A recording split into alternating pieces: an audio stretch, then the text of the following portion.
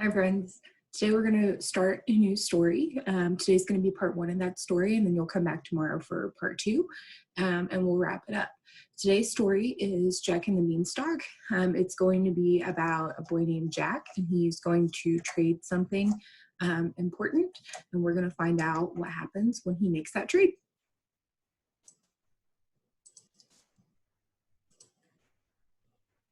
Okay, so once upon a time, there was a poor widow who had only a son named Jack and a cow named Milky White. All they had to live on was the milk the cow gave every morning, which they carried to the market and sold. But one morning, Milky White gave no milk. "Oh, Jack," said the poor widow, wringing her hands, "we have nothing to eat and no money. We must sell poor Milky White."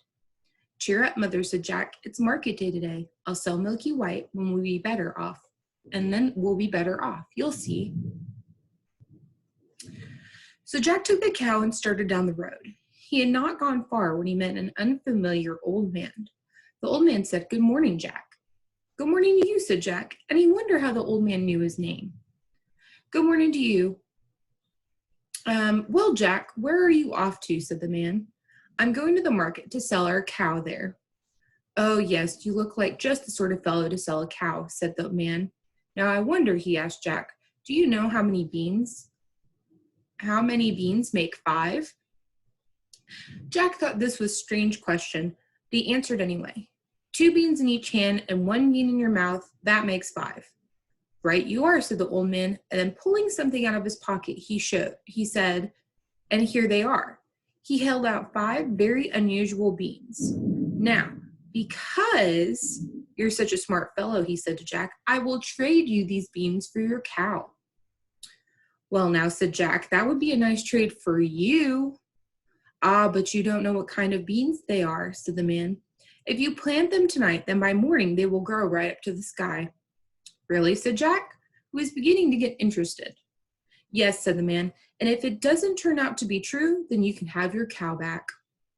"All right then," said Jack. He gave the man the cow, took the beans, and went home. So do you think this was a really good trade? Probably not. Let's see what happens. "Jack, are you back already?" said his mother. "I see you've sold Milky White. How much did you get for her?" "Mother, you'll never guess," said Jack. "Oh, you good boy," said his mother. "Did you get 5 or 10? Maybe even no. It can't be 20. "I told you that you couldn't guess," said Jack. Then reaching into his pocket, he said, "See here, mother, I got 5 beans. You plant them, and then overnight they—" "What?" cried his mother. "Beans? You gave away my Milky White for beans? How could you be such a fool? Off to bed with you and no supper. And as for your precious beans, here they go, out the window." So Jack went to his little attic room without dinner, where he flopped down and finally fell asleep. When he woke up, the room looked funny. The sun was shining into part of it, but the rest was dark and shady. He jumped up and went to the window, and what do you think he saw? Why, the beans his mother had thrown out the window had landed in the garden, and overnight they had sprung up with an enormous beanstalk, which went all the way up, up, till it reached the sky. So the old man had been telling the truth. The beanstalk grew right up to Jack's window. All he had to do was step out onto it and then start climbing like a ladder. So Jack climbed, and he climbed, and he climbed, until at last he reached the sky. And then he got there. He saw a long, straight road. He followed the road until he came to a great big tall house, and on the doorstep there was a great big tall woman. "Good morning, ma'am," said Jack quite politely. "Could you be so kind as to give me some breakfast?" "Oh, so you want breakfast," said the great big tall woman. "Well, you'll be breakfast if you don't get out of here. My husband is a fierce giant, and there's nothing he likes better than a nice cooked boy on buttered toast.